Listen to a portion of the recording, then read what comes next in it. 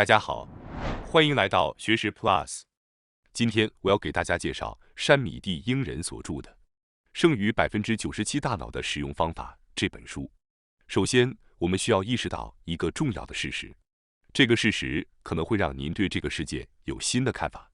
根据《纽约时报》报道，现代人每周获取的信息量已经超过了18世纪个人一生所能接触到的信息量。今年产生的新信息的总量也已经超越过去5000年的总和，并且每周还在以2倍的速度增长。这意味着，今天学到的知识可能明天就过时了。这种信息更新的速度正在逐渐成为我们日常生活中的常态。那么，我们究竟如何来应对这种变化呢？答案就是充分利用您的大脑。尽管人类的大脑有着无限的潜能，但很多人未能充分将其发挥。本书基于最新的脑科学和认知心理学，教您如何开发那未被利用的97%的大脑潜能。现在，让我们一起通过掌握大脑使用的方法，成为一个全新的自己。今天视频的内容包括以下2个部分：第一，如何使用剩余的97%大脑；第二，如何利用最新的脑科学来发挥潜在能力。首先是第一部分，如何使用剩余的97%大脑。大家可能听说过这样一种说法：人类只使用了大脑的3%。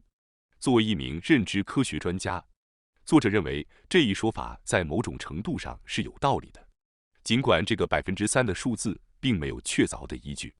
真正的意思是，我们实际上只开发了大脑潜在能力的一小部分。为什么我们只能利用大脑的一部分潜能呢？原因在于我们的神经系统没有得到足够的训练。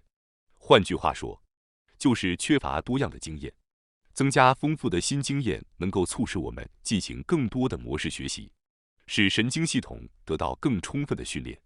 近几年来，在深度学习人工神经网络上的研究成果也验证了这一点。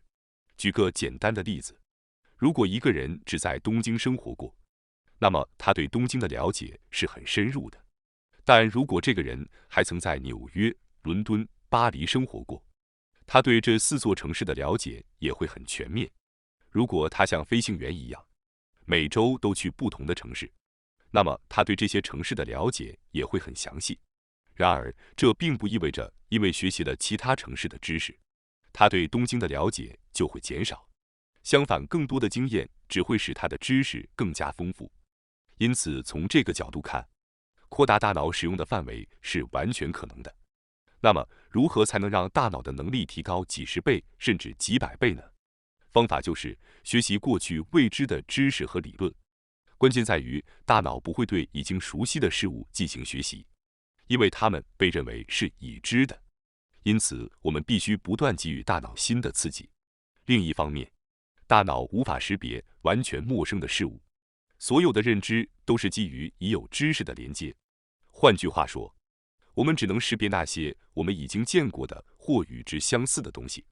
例如，在没有手机的时代，把手机放在某人面前，他可能根本不会注意到它的存在。因此，光靠新的刺激还不足以进行学习。为了真正掌握新知识，我们必须利用已有的知识将其抽象化，从而将新的知识纳入我们可以识别的范围。简单来说，我们的大脑还有97%的潜力未被激活。要释放这一潜力，我们需要通过不断学习新的知识和理论来训练大脑神经。这不仅能扩展我们的世界观，还能最终唤醒我们内在的真正能力。作者还提到，如果您被旧有的常识所束缚，就根本无法接受新事物。为了学习新的知识和理论，首先必须抛弃以下3个标准。第一个要抛弃的标准是梦想杀手。所谓的梦想杀手，就是那些阻碍您实现梦想的人。例如，那些告诉您人生的目标应该是在现有的社会阶层中竞争并取得胜利的人，也可以算作梦想杀手，因为他们让您误以为自己是在自由地选择梦想。而那些对您说你不行或你做不到的人，也是梦想杀手，因为他们试图在您心中植入负面的自我形象。首先，您要明白的是，我就是我，与他人比较是没有任何意义的。击退梦想杀手的关键是要认识到这一点。您不需要在意他人对您的看法，因为这些看法只是您自己创造的假象。例如，当您在照镜子或拍照时，会不自觉地整理头发或补妆，这其实是出于一种习惯，而并非自然反应。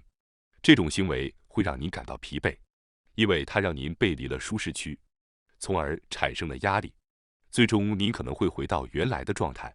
梦想杀手会告诉您，试图成为更好的自己是一件令人疲惫、不自在的事，并试图将您推回到原有的状态。然而，您真正应该做的不是背离舒适区，而是扩展您的舒适区。与他人竞争，试图获得优势是错误的做法。你也应该停止听取那些告诉你做不到的人的话语。这些人可能是您的父母或老师，他们并非出于恶意，而是出于好意，在扮演梦想杀手的角色。梦想杀手往往是我们身边的亲近之人，因此学会抵御他们的影响非常重要。在这个世界上，很多人会出于好意给您建议，劝您放弃挑战。当您决心创业时，他们可能会对您说：“如果失败了怎么办？还是去大企业工作吧。”或者，你应该追求稳定。这些话通常会来自您身边的亲近之人。然而，大家请仔细思考一下，给您这些建议的人是什么样的人呢？他们成功了吗？如果您听从的是普通上班族的建议，你也只能成为一个普通上班族。如果您听从的是那些不采取行动的人的建议，你也会变得难以行动。如果建议来自那些已经取得成功或有实际的人，那确实是值得倾听的。但如果这些建议来自一个没有取得任何成果的人，您觉得还有听取的必要吗？通过这样的一种心态，您可以大大减少梦想杀手的影响，停止听取那些没有帮助的人的意见，专注于追求自己的梦想。接下来是第二个要抛弃的标准：社会的价值观。我们从社会中被灌输了各种价值观，其中最显著的就是由掌权者和统治者灌输的等级制度。这种制度将攀登社会阶梯视为绝对的目标。这种观念深深植根于我们对出身大学、供职公司、职业类型和年收入等各方面的排名之中。在竞争激烈的社会里，每个人最终都会感到失败和不幸，因为在学历、职业、公司品牌、外貌、家庭背景和年收入等多种标准下，没有人能够在所有方面都胜过他人。换句话说，您总会在某些方面输给别人。即使您考上了东京大学，在东大内部也只有一个第一名，而这个人未必在外貌上是最出众的。如果您一直生活在这样的价值观中，就很难接触到新的知识，也无法期待突破现状或提升能力。因此，请将您在漫长岁月中被灌输的社会价值观抛诸脑后，不要让这些标准束缚您的成长与进步。最后是第三个要抛弃的标准：想象中的自我。您是否曾经想过，要是那时候考上大学就好了，要是当初没那么早结婚就好了，或者要是当时进了那家公司就好了？如果你有过这样的想法，现在就应该停止，因为当你认为那个假设中的自己比现在的自己更优秀时，你会不自觉地贬低现在的自己。而我们无法超越自己设定的自我形象。如果您对自己持有消极的评价，那么成功的生活就变得遥不可及。因此，首先我们就要抛弃上面这三种束缚您的标准。只有放下这些标准，您才能从束缚自我的枷锁中解放出来。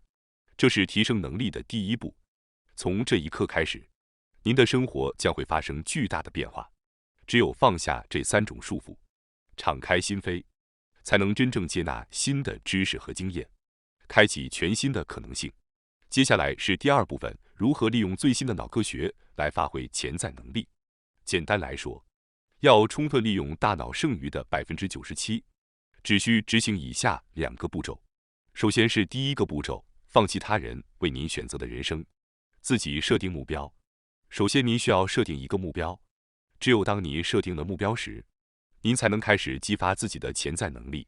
设定目标后，您的想象力将被激发，您会开始注意到以前没有看到的信息，您的行为也会随之改变。在设定目标时，务必亲自选择这个目标，因为我们常常生活在他人为我们设计的人生中。例如，当您在国外的一家餐厅用餐时，如果您不懂该国的语言，可能无法阅读菜单，此时您可能会依赖懂当地语言的朋友为您推荐菜品，并选择他们的建议。然而，这并不是您自己做出的选择，而是接受了他人为您做出的决定。类似的情况也可能出现在您的生活中，您可能只是遵循了父母或周围人的期待，而没有深入思考自己的真正渴望。从今天开始，希望您能改变这种方式，主动设计自己的未来，仔细思考您真正渴望的是什么，不要继续活在他人为您选择的人生中，而是要自己设定目标。只要您真正设定了目标，您的大脑运作方式就会随之改变。大脑会在您所接触的大量信息中不断寻找实现目标的方法，从而让您看到以前无法察觉的信息，进而改变您的行为和人生。接下来是第二个步骤，进行肯定性心理训练。在第一步中，你已经设定了自己真正想实现的目标。接下来，你需要通过肯定性心理训练来强化这一目标。首先，请写下您迄今为止感到非常自豪的5件事情。从童年到现在的经历中，挑选那些让您感到成就感或自豪的事件。例如，您可能曾在学生时代担任过班长，或者成功通过了大学入学考试。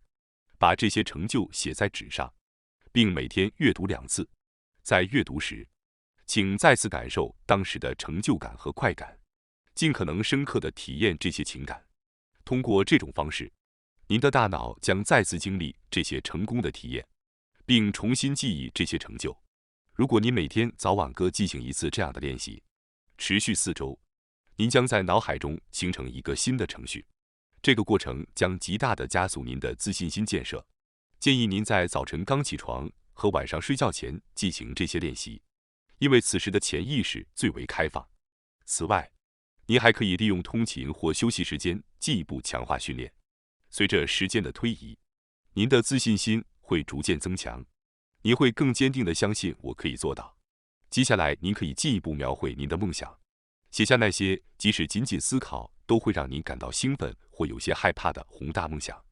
无论是关于事业、婚姻还是财富，什么都可以。写下这些梦想后，在您阅读前面5个成功经验时所感受到的成就感和快感中，将这些情感如同淋浴般倾注到您的梦想上。每当您回忆起成功的情感时，都将这些情感注入到您的未来目标上。许多成功人士会反复告诉自己有能力实现目标，或每天观看自己想要的物品的照片，甚至将目标写在纸上并贴在墙上，以此来实现他们的目标。正如拿破仑·希尔在《思考致富》一书中所提到的，想象你想要实现的目标是非常重要的。而这种方法更进一步，要求你写下过去的成功经验，并将其成就感倾注于您真正想要实现的目标上。通过这样的肯定性训练，您的大脑将更加真实地描绘出您的梦想和目标，并开始自动收集实现这些目标的信息。因此，通往成功的道路将自然浮现在您面前，您的自信心将不断增强，实现目标的可能性也将大大增加。感谢大家收看今天的节目。如果你喜欢我们分享的内容，记得点赞、订阅并开启小铃铛通知，第一时间获取我们的更新。在下次的节目中，我们将继续为大家分享更多有益的内容。再次感谢大家的支持，我们下期再见。